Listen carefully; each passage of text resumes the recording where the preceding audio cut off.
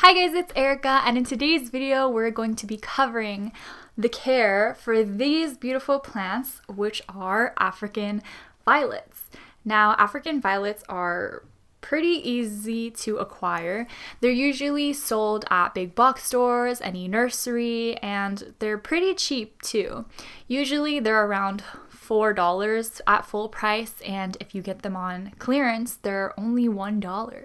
So they're pretty easy to get your hands on, and they give you these beautiful blooms under the right conditions. And there are so many different kinds of blooms that you can get, different colors, different flower shapes, and there's even some different leaf variations as well. So you can get some with variegated leaves. Some leaves look a little pinkish, some are more white. They're just overall really cool plants. Not only that, but their leaves are so soft and fuzzy that you can enjoy how they look. They're not very fragrant, but you can enjoy how they feel, and they do stay relatively small, so if you don't have a lot of space, I think this is a good plant. Even if they get too big in circumference, you can just chop off the leaves around it to make it fit. They're really good kind of window plants if you have a windowsill. But anyways, let's get into the care for these guys. The watering schedule for this plant is pretty simple. Whenever their soil is dry, you just put them in a tub of water and let them soak up the water until they feel pretty heavy. If you're not familiar with how heavy your plant is when it's dry, when it's wet, then what you can do is use your finger to kind of determine how much water is in the soil.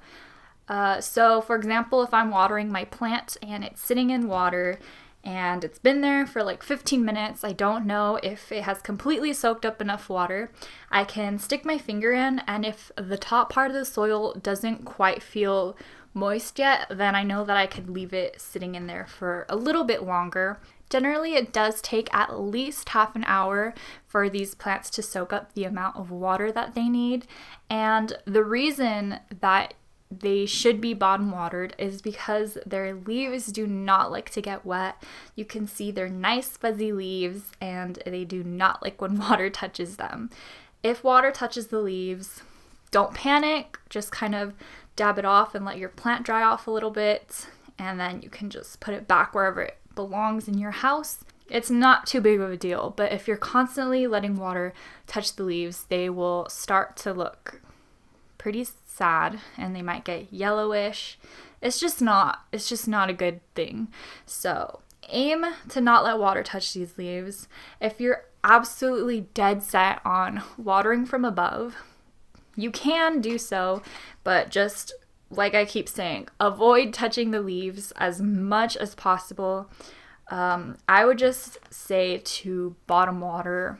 When I water my plants, I typically use filtered water, but these aren't really that picky. You could use purified water, distilled water. It doesn't make too much of a difference. For African violets, there are fertilizers out there that you can use every single time that you water your plant.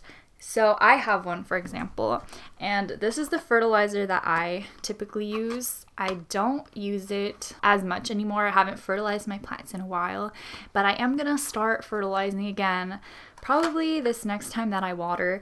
And I like this fertilizer because it's made gentle enough that you can use it every single time you water your plant. And the recommended amount is 7 drops, but I tend to use less than the recommended amount. I just put it in the water that they're going to sit in, and it is really that simple. It's in this little dropper, which I greatly appreciate. I really like it. I recommend this fertilizer if you're going to use it. Since these plants do bloom year-round, you can fertilize them year-round because they will be using up those nutrients. Moving on from there, I think another important factor to kind of take into account is that these plants do like brighter amounts of light, which is why I do say that they would make really good plants for like a windowsill setting, just somewhere that has more bright light, not direct sunlight, but definitely a brighter area. These plants are really good candidates for grow lights. They really, really love artificial lights. Mine only have artificial lighting and they are completely exploding. They absolutely love it. And usually a main reason that your plant is not blooming is because it's not getting enough sunlight. So I used to keep these plants in an eastern facing window, and they probably weren't getting enough sun because they haven't bloomed until I moved them to my grow light area, and then they almost immediately started blooming. So yes, they do love a lot of bright light. If you don't mind that your plant isn't blooming, you can definitely keep them in a kind of a medium light area, but I would not recommend to put this plant into a low light setting that, say, you would put like a ZZ plant or a snake plant. These are more for medium to bright light areas. These plants are really good for indoor plants because they do like the same temperature range that humans usually enjoy. So keeping them indoors is great. You probably won't let your house get too cold or too hot, but they do kind of like those more moderate temperatures. They don't like to be extremely hot and they do not like to be really too cold. So this isn't one that I would recommend to leave outside if you live in like a snowy area or really deserty area. They don't necessarily need a ton of humidity. I keep mine pretty far away from my humidifier. These are really great plants to own. They're very easy. Once you get down their watering and the spot that you want to keep it in, it's just keep fertilizing it and watering it as the days go on. Just make sure you water when the soil dries and don't let them sit in dry soil for too long, because these plants kind of do like more, I don't want to say they like wet soil, because I don't think any plant likes like wet soil. So usually the soil used for African violets is coca coir based, which is very water retentive. I have never made my own soil mix for this plant. I did buy this African violet mix here. I haven't used it yet, but the ingredients are perlite, peat moss, vermiculite. So peat moss and vermiculite are very water retentive. That kind of lets you know the kind of soil they like. And I've actually never tried to propagate this plant, but we're gonna try it today. So I'm gonna just find some of the older leaves on each of these plants. This plant here was a rescue plant from a Lowe's clearance section. So you can kind of see the leaves that it came with are these really big outer leaves, and those are the leaves that I'm going to be cutting off today. This plant does have little blooms that are about to pop up, so I'm so excited about that. But here, I'm just going to cut off the outer leaves.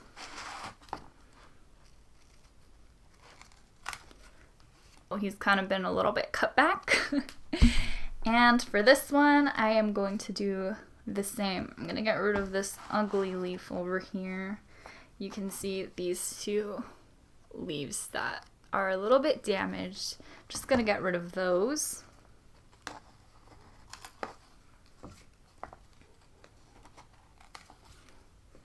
There we go. And I'm going to propagate based off of that. So I have here a little takeout food container. This one's from Stone Fire. Absolutely love their food. So I just cleaned out the container, and we're going to use this to propagate those leaves. So I'm going to be using this African violet mix. The reason that I never use this mix throughout the time that I've had my African violets is because they do like to be more root bound. They don't really like to be repotted so much. So I haven't had the need to repot those plants from their nursery pots quite yet. So I think they're set to be in there for quite some more time. So I just have that little in there. And what I'm gonna do is cut a 45-degree angle here as much as I possibly can with these shears, which is kind of a harder task than if I was using like a knife or something like that. This is the cut to the best of my abilities. Usually it's better if there's more of an angle because that leaves more surface area for roots to grow from. And I'm just gonna place it in the dirt.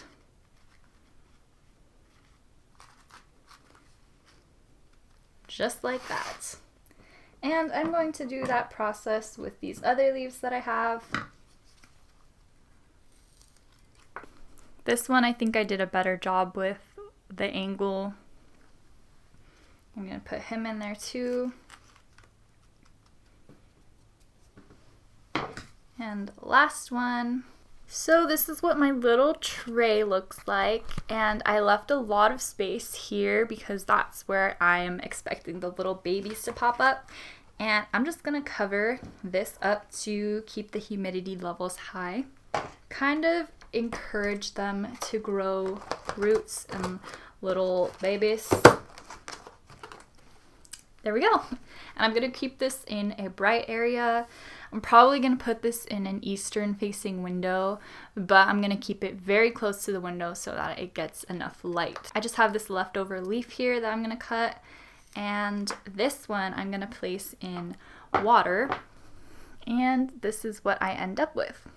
So I'm just going to keep those two little propagation guys together, and we'll see how this all turns out in a future video.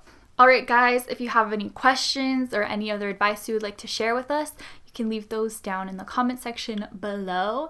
If you enjoyed this video, feel free to give it a thumbs up, and you can subscribe to my channel if you're feeling it, if you want to. I post plant content almost every single day. Thank you guys so much for watching, and I will see you next time. Bye!